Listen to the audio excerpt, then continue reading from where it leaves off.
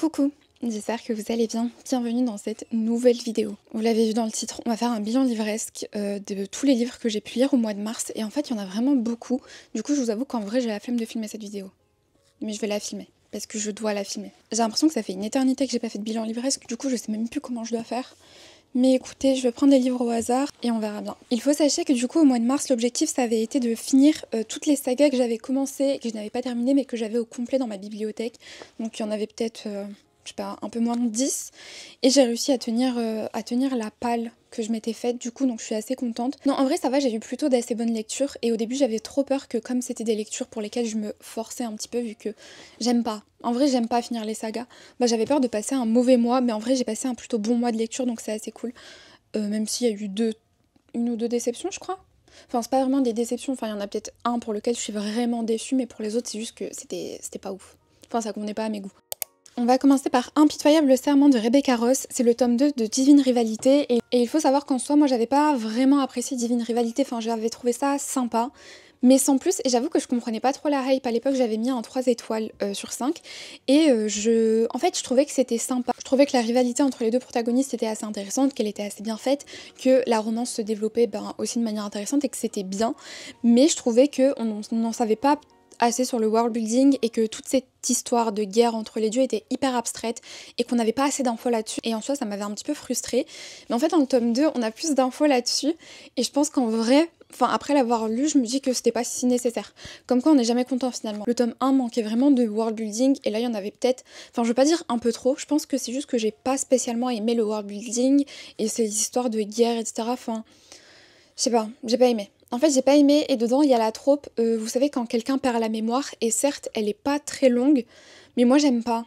Et du coup, ça m'a saoulée, et j'ai pas du tout apprécié ma lecture, parce que forcément, ça commence sur cette trope, et même une fois qu'elle est passée, ben, je l'avais encore en tête, et ça m'a conditionnée pour ne pas aimer ma lecture, finalement, donc j'ai pas aimé. Enfin, j'ai pas aimé, je crois que j'ai mis 3 étoiles, comme j'avais mis au premier tome, finalement. Et celui-ci, je me dis que j'aurais vraiment pas dû le lire, et de base, j'avais pas du tout prévu de le lire, genre j'avais lu le tome 1, et je m'étais dit que j'allais acheter le tome 2 juste parce que l'objet livre est beau. Et j'avais pas du tout prévu de le lire, et j'aurais dû rester sur cette lancée, mais écoutez, enfin, non, c'est lieu quoi, c'est bien. Mais, je sais pas, après, j'ai l'impression que mon avis sur cette saga, enfin sur ce tome 2 du moins, il est pas très pertinent dans le sens où je fais pas partie de toutes ces personnes qui ont aimé le tome 1.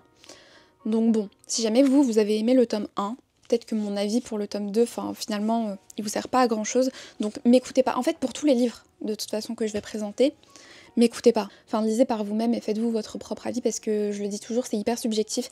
Mais en tout cas, Impitoyable serment, ça l'a pas fait avec moi et j'ai l'impression que même 3 étoiles, c'était très gentil de ma part. Mais bref. J'ai ensuite lu Deux couronnes corrompues de Rachel Gillick, c'est le tome 2 de la saga du roi berger. Donc le tome 1 c'était Une fenêtre sur les ténèbres, et franchement j'avais hyper peur de le lire celui-ci parce que j'ai vu beaucoup de reviews négatives sur le BookTok, et du coup maintenant que je l'ai lu, je comprends pas. Genre pourquoi les gens n'ont pas aimé, parce que c'est vraiment... Enfin c'est mieux que le tome 1. C'était vraiment mieux, c'est peut-être parce que ça y est, les bases sont posées, qu'on a le world building dans le tome 1. Enfin je sais pas, il y a aussi le fait que j'aimais pas trop Elspeth pour ma part, et là pour le coup on se concentre sur Orm et sur... j'ai oublié comment elle s'appelle. Mais bref, en tout cas, on suit pas... Enfin, on suit Elspeth dans le sens où on a quand même le fin mot de l'histoire et on sait ce qu'elle devient, parce que c'est quand même l'interrogation à la fin du tome 1. Mais en mode, c'est pas elle qu'on suit réellement, c'est Orm. Bah, j'ai trouvé ça mieux finalement, c'était mieux que le tome 1, c'était plus intéressant, le rythme était beaucoup plus intéressant, c'était beaucoup mieux construit. Après oui, Orm tombe amoureux assez facilement de la prota, et il n'y a pas trop de raisons, mais ça je m'en fiche un peu. Genre, ce que j'avais aimé moi dans le tome 1, c'était l'ambiance, c'était le world building, etc. Et j'avais bien aimé Ravine. Ben, j'ai l'impression que, en fait, t'enlèves tout ce qui ne va pas dans le tome 1, ben t'as le tome 2. Et bref, c'était vraiment bien. Et pour le coup, enfin, je suis contente de l'avoir lu parce que je vous jure, j'ai failli ne pas le lire à cause des reviews. Et du coup, je comprends vraiment pas les reviews. Parce qu'en fait, le truc, c'est que j'ai l'impression qu'il y a genre une personne qui n'a pas aimé, qu'elle a exprimé le fait qu'elle n'avait pas aimé. Et en mode, dans sa review, elle l'avait dit qu'elle avait pas aimé parce qu'elle pensait qu'on suivait encore Elspeth et Ravine. Et que, en mode, elle s'attendait pas à suivre Orm. Puis j'ai vu que cette vidéo, elle a un peu percé et qu'il y a eu plein de commentaires. Et à partir de là, j'ai vu plein de reviews de gens qui n'avaient pas aimé. Bref, comme quoi, n'écoutez pas les avis des gens. Encore une fois, je vous le dis, faites-vous votre propre avis parce que franchement, c'était trop bien. Et c'est l'une de mes meilleures lectures du mois. Je suis grave contente de l'avoir lu. C'était vraiment bien. Je trouve que la façon dont la saga se dénoue finalement, enfin comment ça se termine et tout, bah c'est hyper bien. Enfin moi j'ai trop aimé, bref, lisez. Lisez, c'est vraiment bien. J'ai lu le tome 3 de Absolu, donc Les Éveillés de Margot Dessen, et là ça a été pas une déception, mais quand même un petit peu. Absolu, c'est une saga que moi j'avais grave aimé, enfin j'avais adoré le tome 1 parce qu'il y avait grave des vibes de SNK, et je trouvais ça trop bien, c'était tellement bien construit, c'était tellement bien écrit, il y a plein de points de vue, et je trouve qu'au début, tous ces points de vue, bien que j'aime pas tous les persos qui ont leur propre qui ont leur point de vue, quoi, bah je trouve que c'était quand même bien maîtrisé, que c'était bien géré, que tu sentais pas la lourdeur qui devrait y avoir dans le fait de changer de point de vue tous les chapitres. Le tome 2, je l'avais trouvé un petit peu mid, je trouvais qu'il y avait certains points de vue qui servaient à rien, mais là le tome 3, bah je trouve que pour le coup il y a vraiment des points de vue qui ne servent vraiment à rien et dont on aurait pu se passer. En fait, dans ce tome là, on a les persos qui sont un peu séparés, mais qui sont quand même en groupe. Et du coup, je trouve que dans ces cas-là, c'est pas hyper pertinent de mettre le point de vue de deux personnes qui sont au sein du même groupe. Il aurait peut-être fallu mettre un point de vue par groupe. Mais là, non. Elle a voulu, encore une fois, mettre trop de points de vue. Mais je trouve que la dynamique n'est pas la même et que dans le tome 1, c'était beaucoup plus intéressant de faire ça, mais que plus on avance, et moins c'est maîtrisé, et c'est trop dommage. Il y a aussi une chose que j'ai pas trop aimée, c'est la fin. Enfin, j'en ai déjà parlé sur TikTok, mais en fait, Margot Dessen, elle est connue pour grave teaser cette saga sur Instagram en disant ne vous attachez à personne, à tout moment, des gens peuvent mourir. Et bien que oui, on m'a déjà justifié ça par le fait que ben, c'est une saga young adulte, fallait pas s'attendre à ce qu'il y ait là les morts, qu'il y ait du sang, etc. Ben, enfin, c'est quand même ce à quoi je m'attendais parce que c'est quand même ce que l'autrice a vendu. Enfin, vous voyez, quand c'est des gens qui vendent des trucs qui ne sont pas dans le livre, je peux pardonner. Mais quand c'est l'autrice elle-même qui dit qu'il va se passer des choses et qu'il ne se passe pas ces choses-là, ben non, enfin je sais pas, non, ça marche pas comme ça. En plus dans ses remerciements, elle dit remercier ma sœur parce que c'est grâce à elle que les gens sont pas morts. Ben en fait, on attendait qu'il meure finalement parce que c'est sur ça qu'elle a basé toute sa com et du coup, c'est de la com mensongère et du coup, moi ça m'a grave énervée, je vous avoue, parce que quand j'ai commencé cette saga, c'est parce qu'on me l'a vendue en mode SNK, grave sanglant, l'autrice elle a pas de limite, genre elle tue des persos, genre elle est pas dans le délire de ça finit bien, etc. Bah en fait, enfin, moi j'aime pas, enfin je l'ai déjà dit, mais j'aime pas les auteurs qui vendent mal leurs œuvres. Parce que après on est hyper déçus et c'est dommage parce que s'ils avaient pas vendu leur œuvre de cette façon, ben j'aurais pu apprécier parce que j'aurais pas eu d'attente. Mais là, étant donné que c'est elle qui a placé ses attentes et que les attentes n'ont pas été satisfaites finalement, bah je suis déçue. Et ça me saoule. Il y a aussi le fait que Prime, il dégénère un peu. Enfin, en mode, il devient un peu fou. Et je trouve que c'est out of character et que c'était pas cohérent. Et puis même la fin, ça se voulait un petit peu dramatique pour rien et tout, mais je trouve que la fin, elle est trop facile. Et c'est trop dommage. En fait, quand tu lis le tome 1, tu vois toutes les possibilités qu'il y a pour cette saga. Genre toutes les possibilités de fin, tous les chemins vers lesquels on peut aller et tout. Et tu te dis, purée, ça pourrait être incroyable. Et je trouve qu'elle a trop gâché la saga. Et du coup, je suis un peu énervée, enfin... Je sais pas. En plus, je regardais un petit peu les reviews Goodreads et je voyais plein de gens en mode mettre quand même une bonne note, mais faire un commentaire en mode je suis assez déçue parce que c'est pas ça que je voulais, non. Et je trouve que votre note et votre commentaire ne vont pas ensemble. J'ai l'impression que vous osez pas noter mal la saga, parce que le début était bien, mais je suis désolée, la fin vaut pas le coup. Et c'est trop dommage, enfin ça fait partie des livres que j'aurais voulu ne jamais lire finalement, et je suis trop triste de l'avoir lu parce que en vrai, si vous voulez vraiment profiter de la bonne expérience de Absolu, faut lire que le tome 1. Ça sert à rien d'aller plus loin. Bref, je suis hyper déçue, je vous avoue. C'est trop dommage. Enfin, il y avait tellement de potentiel. Et je vous avoue que ça m'a tellement déçue que je suis pas sûre. Vous voyez, il y a des auteurs, quand vous découvrez leur plume, vous vous dites, bah franchement, s'il sort autre chose, je lirai. Bah là, Margot Dessen, je lirai pas. Parce que je sais que entre ce qu'elle dit et ce qu'elle fait, il y a un décalage et j'ai pas envie d'être déçue une nouvelle fois. Et du coup, je ne lirai plus jamais de Margot Dessen. Genre, fallait pas. Franchement, fallait pas. Soit elle se tait sur les réseaux, soit elle dit la vérité, j'ai envie de dire. Et là, ça m'a trop déçue et pas envie d'être déçue comme ça encore une fois, donc je ne lirai pas ses prochaines œuvres. J'ai ensuite lu The Blood Traitor de Lynette Noni, c'est le tome 3 de la saga de Prison Healer. Et il faut sachez que moi, le tome 1, je l'avais trouvé mid. Et j'avais trouvé que le plot twist était sorti de nulle part. Genre en mode, c'était vraiment un cheveu qui tombe sur la soupe. Et du coup, je n'avais pas aimé. J'avais quand même continué le tome 2, que j'avais trouvé nul. Et du coup, en fait, c'est pas hyper surprenant que je n'ai pas aimé le tome 3. Le tome 3, j'ai pas aimé parce que y a une miscommunication trope Moi j'aime pas la miscommunication trop, parce qu'au bout d'un moment il y a juste à parler, genre posez-vous, discutez, et en fait ça peut tout arranger, il y aurait pas besoin d'écrire autant de pages. Et là pour le coup ils sont... Enfin je sais pas, ils veulent pas communiquer, et forcément il y a trop de malentendus, et ça va vers des chemins qui m'ont un peu saoulée. Et je sais pas, en fait cette saga, j'ai l'impression qu'elle m'a grave mis en tête que je suis pas faite pour le young adult, que c'est pas... Enfin, que j'aime pas. En fait parce que forcément il y a trop de facilité, et ça m'a saoulée. Après, en fait, j'ai pas trop envie de dire du mal de cette saga parce que je pense que je suis passée totalement à côté parce que dès le tome 1, ça l'a pas fait, alors que j'ai l'impression que tout le monde adore le tome 1. Donc, bon, j'ai pas trop envie de critiquer du coup. Mais en tout cas, avec moi, ça l'a pas fait, c'est dommage. Mais sinon, attendez, je vais bien trouver des trucs positifs à dire. La plume est sympa, elle est très facile, elle est sympa. Moi, j'aime bien le concept de prison dont tu peux pas trop ressortir et tout. Ce qui est de la magie, je la trouve un petit peu bof. Les persos... En fait, les persos, moi, je les trouve trop clichés. Il y a que Jaren qui sauve la saga. Et ça, je le dis depuis le tome 1. Sans Jaren, cette saga n'aurait pas de fans. Parce que sans Jaren, cette saga est trop nulle. Et c'est trop dommage de laisser toute ta saga reposer sur un seul personnage.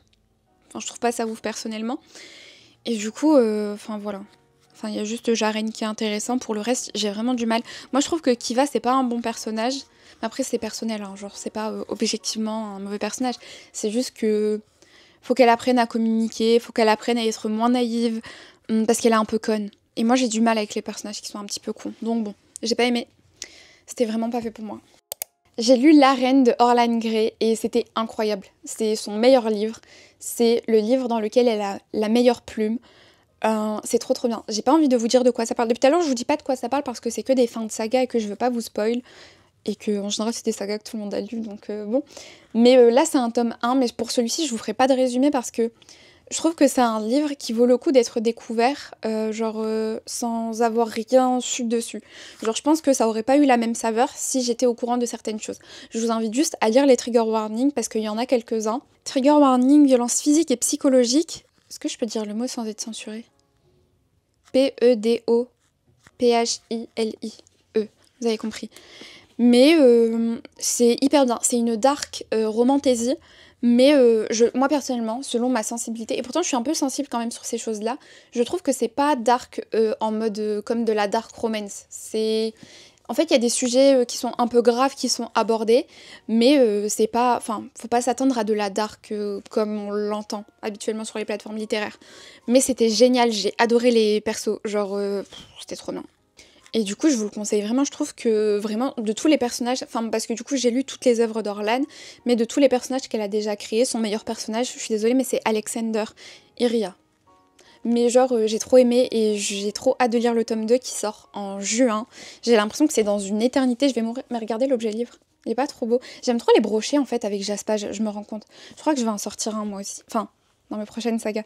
Mais c'était vraiment trop bien. Mais ça me frustre parce que vraiment je peux pas vous dire de quoi ça parle parce que ce serait trop dommage, ça serait vous gâcher le plaisir.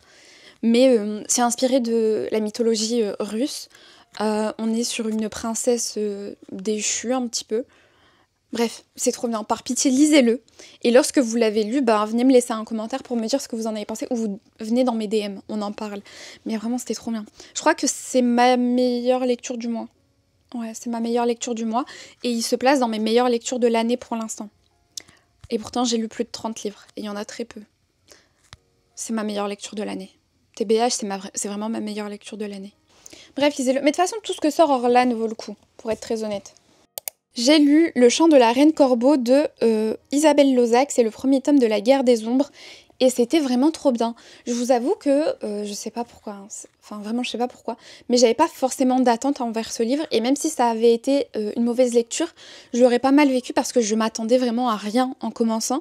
Mais en fait, dès les premières pages, dès les premiers chapitres, t'es happé par l'histoire parce que le début est incroyable, et la fin est incroyable. Genre la fin, la façon dont elle donne envie de continuer, c'est dingue.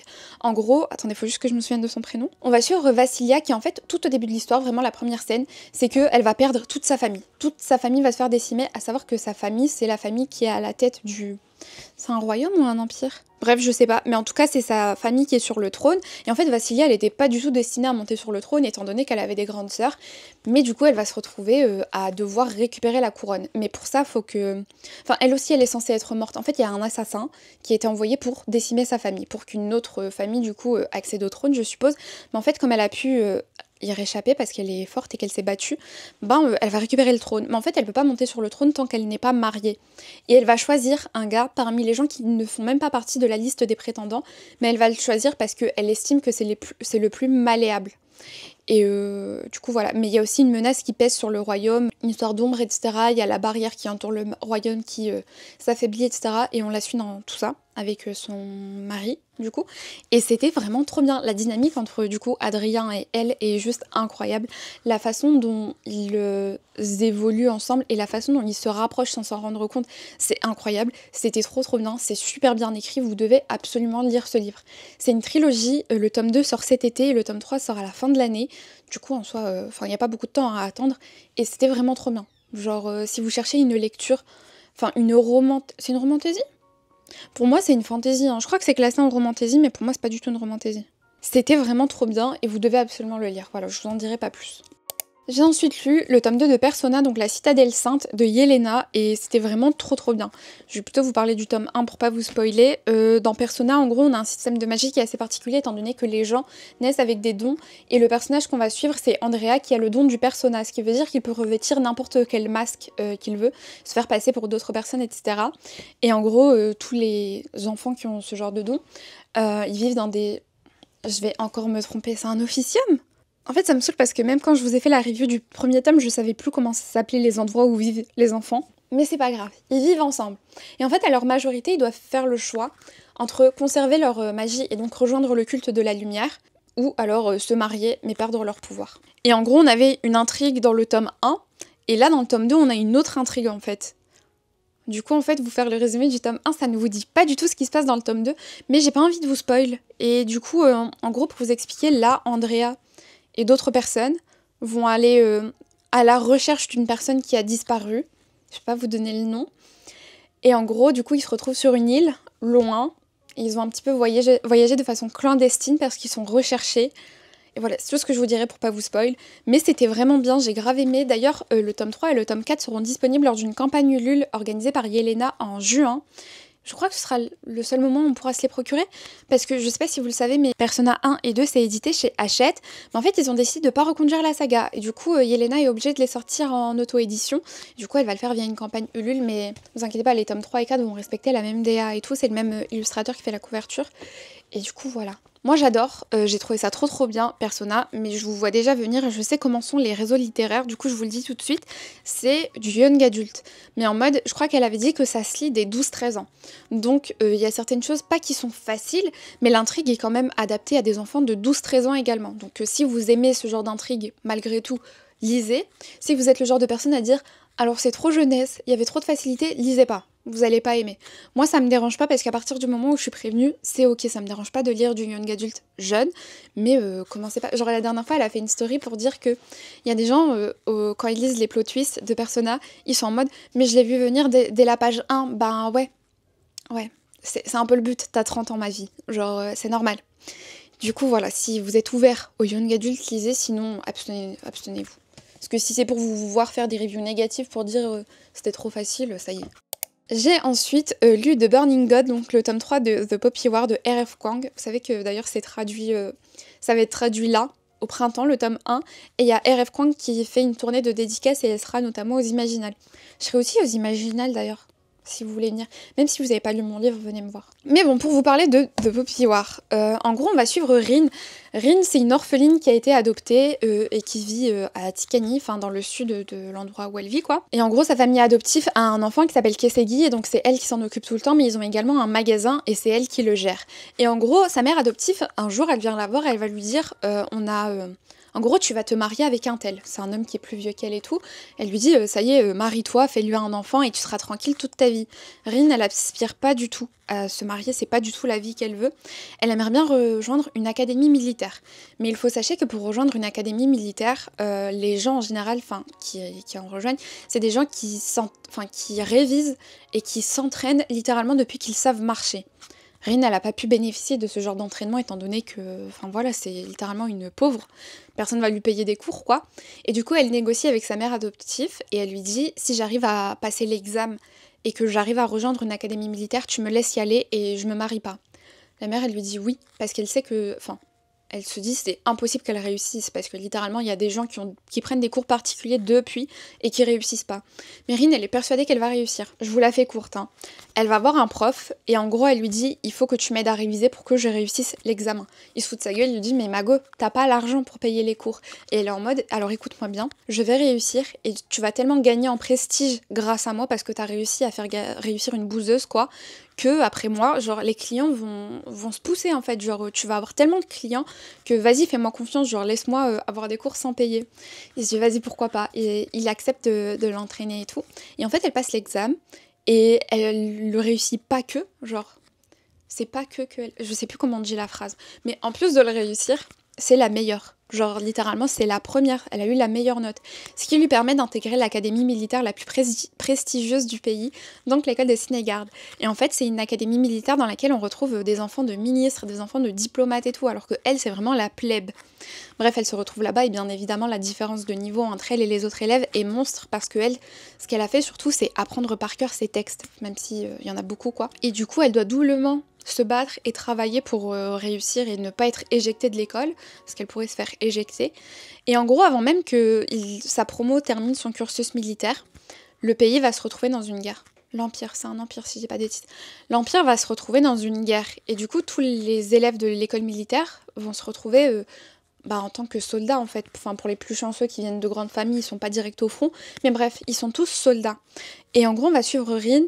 Et c'est une saga qui aborde des sujets hyper lourds comme il y a une extinction de masse, il y a des génocides, il y a du racisme, il y a un peuple enfin c'est des blancs et ils ont vraiment l'impression d'être au-dessus et ils traitent vraiment les autres peuples comme de la merde. On a des trahisons, enfin il se passe tellement de choses et il se passe tellement de choses hyper lourdes qu'on en oublie presque. En fait les protagonistes c'est des enfants. Genre c'est vraiment des gamins, ils ont genre 17, 18, 19, 20 ans max quoi. Et du coup c'est une saga qui est hyper lourde mais qui est genre incroyable. J'ai trop aimé. Je pense que c'est l'une des meilleures sagas que j'ai pu lire de toute ma vie. Et je trouve ça ouf parce que vous savez que R.F. Kuang elle a écrit le tome 1 alors qu'elle avait 16 ans. Et je trouve que c'est une dinguerie.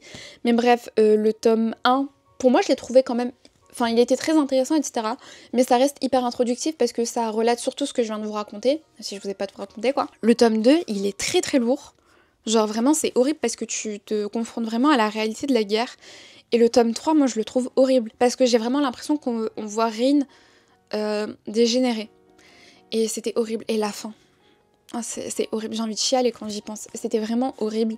Mais c'est vraiment l'une des meilleures sagas que j'ai lues.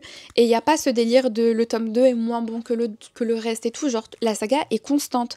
Et c'est vraiment trop trop bien. Et du coup, je suis vraiment trop contente que ça va être traduit là prochainement.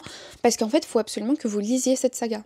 Genre, c'est vraiment d'utilité publique. Vous devez absolument lire cette saga. Je trouve que ça fait partie de ces œuvres qui te marquent vraiment en mode...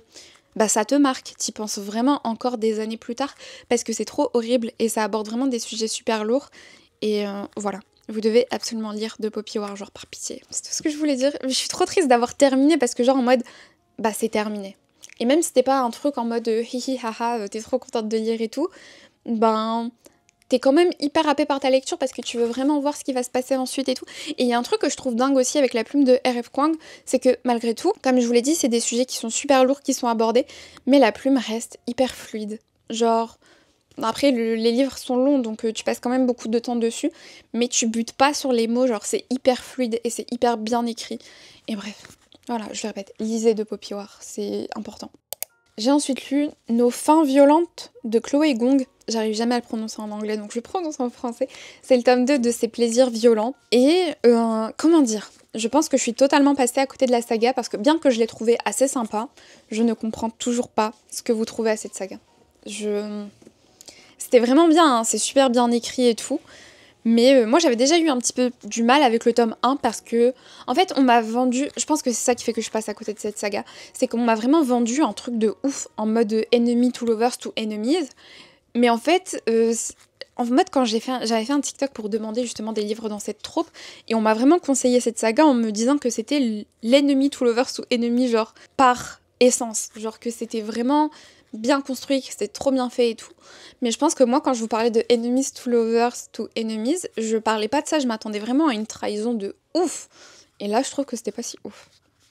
Donc, ce qui fait que je suis un peu passée à côté et enfin, j'ai eu du mal. J'ai eu du mal et je me suis pas attachée au perso aussi. Genre, moi, j'aime pas trop la personnalité de certains protas. Et du coup, ce qui fait que, ouais, je suis vraiment passée à côté. Par contre, j'ai un truc à dire. Moi, j'ai lu One for My Enemy de Olivia Blake. Et maintenant que j'ai lu cette saga-là, j'ai l'impression que Olivia Blake, elle a plagié Ses plaisirs violents. Enfin, je trouve que ça se ressemble vraiment énormément. J'ai l'impression que c'est quasiment la même histoire. Après, je sais pas, enfin, dites-moi si vous avez lu les deux et que vous avez le même sentiment. Mais ça me choque un peu, genre... C'est plus de l'inspiration, là. J'ai l'impression que c'est du plagiat. Mais bref, c'est hyper dommage parce que moi, je suis vraiment passée à côté du coup, mais je trouve que c'était quand même très bien écrit, que c'était très bien construit. Et malgré tout, j'ai pas détesté ma lecture, j'ai vraiment apprécié, j'ai bien aimé. Mais je vous jure, je suis trop dégoûtée parce que j'ai vraiment l'impression de passer à côté de quelque chose finalement. C'est trop dommage. Vous avez vu, j'ai retourné mes jaspages. Parce qu'en fait, je vous explique, mon bureau, il est toujours plongé dans le noir parce que j'ai peur que le soleil décolore mes livres. Et je me dis, vas-y, je peux pas vivre dans le noir comme ça. Et du coup, je les ai juste retournés.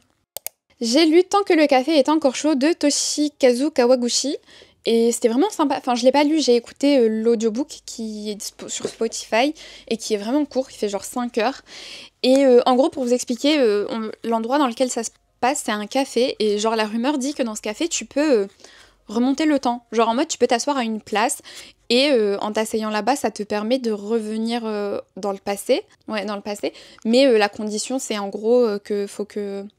Enfin, les gens que tu vas voir, c'est des gens qui sont déjà venus dans le café. Je sais pas si c'est très clair. Je commence à fatiguer. Et bref, du coup, on suit plusieurs personnes qui ont des raisons totalement différentes de revenir dans le passé. Et c'était hyper cosy à lire, c'était hyper sympa. Même si, bah voilà, c'était juste cosy et hyper sympa. Genre, il se passe pas grand-chose finalement. Pour moi, c'est juste une lecture sans prise de tête. En mode, t'as besoin d'un truc cosy. Bah, c'est là. Et voilà. Je sais qu'il y a d'autres livres dans la collection. Je sais pas du tout si c'est des suites ou si c'est réellement lié à ce tome-là. Mais je compte pas lire la suite pour être très honnête. C'était bien, j'ai bien aimé, j'ai passé un bon moment. Mais ça m'a suffi. On s'attache quand même pas mal au personnage et c'était très très cool. Mais voilà, c'était tout. J'ai lu La Souveraine Ardente, donc le tome 3 de La Reine sans couronne de Elsie Blake. C'est une saga de fantasy. Est-ce qu'elle le classe en romantasy? Je crois que c'est de la romantasy. C'est une saga de romantasy. Je sais pas. Je sais plus. Bref, dans laquelle on a des dragons. Ensuite, en gros, pour vous expliquer l'histoire de base, on suit Eira qui est la princesse d'un royaume. Et en fait, au tout début de la saga, il va se passer quelque chose qui va faire qu'elle doit fuir le palais. Et elle est toute seule. En gros, elle va fuir le palais, elle va se retrouver au sein de la forêt et elle va tomber nez à nez avec un dragon. Est-ce que ça se passe dans cet ordre? Je sais plus si elle rencontre Destine avant de rencontrer le dragon. J'ai oublié. Mais en tout cas, genre, elle va se retrouver face à un dragon. Mais en fait, dans son royaume à elle, il n'y a pas de dragon. Et en gros, je sais pas si c'est avant ou après, mais elle va rencontrer Dessine. Non, c'est avant Dessine, je suis bête. Je suis bête. Non, c'est bon, je viens de m'en souvenir. Et en gros, Dessine, il fait partie du peuple adverse aussi. Enfin, adverse, ils sont pas en guerre ou quoi. Mais c'est deux peuples qui sont ennemis. Genre, historiquement, ils se détestent, ils peuvent pas se voir, ils sont totalement ennemis. Mais en fait, contre toute attente, Dessine va l'aider à faire quelque chose qu'elle veut faire. Je sais toujours pas résumer les livres. Mais bref, en tout cas, pour vous résumer en gros la saga, on est sur de la royauté, on est sur des dragons, on est sur un véritable slow burn. Le slow burn s'arrête au tome 3, qui est le dernier tome de la saga. C'est vraiment trop bien. Moi, j'ai adoré cette saga parce que je l'ai vue évoluer et que je trouve qu'on voit vraiment que la plume de Elsie Blake s'améliore de tome en tome. Et c'est vraiment trop trop bien et je suis trop contente d'avoir pu découvrir cette saga et de l'avoir lue au fur et à mesure des parutions. et je vous la conseille vraiment. En plus l'autrice est belge, donc elle est francophone et tout, donc il n'y a pas de trad, et elle est en indépendant, elle vend via Amazon, et je l'aime trop, elle est trop gentille. Donc allez lire cette saga, je vous jure c'est trop bien. J'ai grave repoussé ma lecture du tome 3 parce que je voulais vraiment pas quitter l'univers. Et au final, je suis contente de l'avoir lu parce que voilà, je sais comment ça se termine et tout, mais en même temps, je suis trop triste d'avoir terminé, genre c'est fini. Mais je suis quand même contente de la fin. Et voilà. Bref, lisez Princesse déchue finalement. J'ai ensuite lu Drown Me With Dreams de Gaby Burton, c'est le tome 2 de Sing Me To Sleep, et j'ai été extrêmement déçue. Alors déjà en commençant le tome 2, je me suis rendu compte que j'avais aucun souvenir du tome 1. En fait, je réalisais pas lors de ma lecture du tome 1, mais j'avais trouvé ça hyper sympa. Je crois que je vous en avais même parlé ici. Genre c'était bien, sans prise de tête, pas marquant, mais je pensais pas que j'allais totalement oublier. Ça m'a tellement peu marqué que lorsque j'ai commencé le tome 2, j'étais un peu perdue. J'étais un peu en mode mais qui sont ces gens? Mais bref, je m'en suis un peu souvenue. Et en fait, qu'est-ce que j'ai pas aimé dans le tome 2? Ah oui, dans le tome 2, je sais toujours pas prononcer le nom de la protagoniste, c'est Saroise, je sais pas, bref. Dans le tome 2, je trouve qu'elle est hyper imbue de sa personne, genre de manière hyper random, elle est en mode je suis capable de faire ci, je suis capable de faire ça, grâce à mon pouvoir, grâce à mon beau visage, je suis capable. Bref, elle parle trop d'elle-même. Et ça m'a saoulée. Genre c'était insupportable, mais surtout, peu importe où on en est dans le fil de l'histoire, elle est tout le temps en train de penser à Hayes. Et je trouve, j'avais l'impression que dans le tome 1, ils avaient une certaine alchimie, mais je trouve que dans le tome 2, ils ont zéro alchimie. Et du coup, c'est agaçant. Ça m'a saoulée. Elle parle tout le temps de lui. Lâche-la faire, genre ça y est, on a compris, stop. Et du coup, ça m'a saoulée. J'ai grave soufflé, et du coup, cette lecture m'a grave déçue, genre c'était insupportable. Ça m'a gavée. Voilà, c'est tout ce que je dirais sur ce tome. Et enfin, pour terminer, j'ai lu A Curse for True Love de Stephanie Gerber, qui est le tome 3 de Once Upon a Broken Heart. Et je l'ai commencé en ayant très peur de détester, parce que les reviews disent toutes que le tome 2, c'est le meilleur, et que le tome 3, pardon, il est nul. Et en fait, moi, j'avais pas spécialement aimé le tome 2, enfin, c'était bien, mais sans plus. Bah, j'ai adoré le tome 3.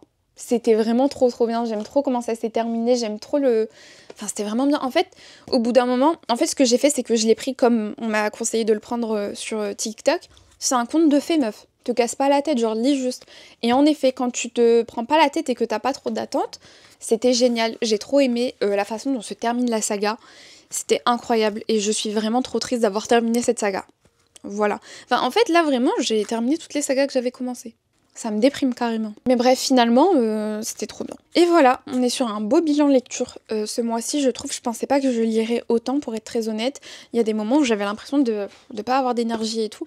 Et là, on est au début du mois d'avril et on est le 5 avril. J'ai commencé 3 livres et j'en ai fini aucun. Je pense que le mois prochain, le bilan sera très light. Après, ça veut rien dire, on verra bien. Mais voilà.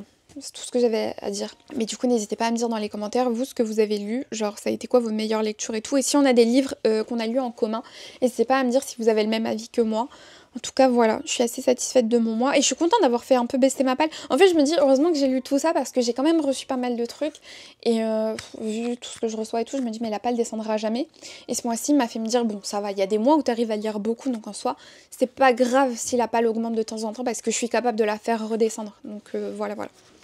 Mais du coup, j'espère que vous passerez une très bonne semaine. Nous, on se dit à mercredi pour une nouvelle vidéo.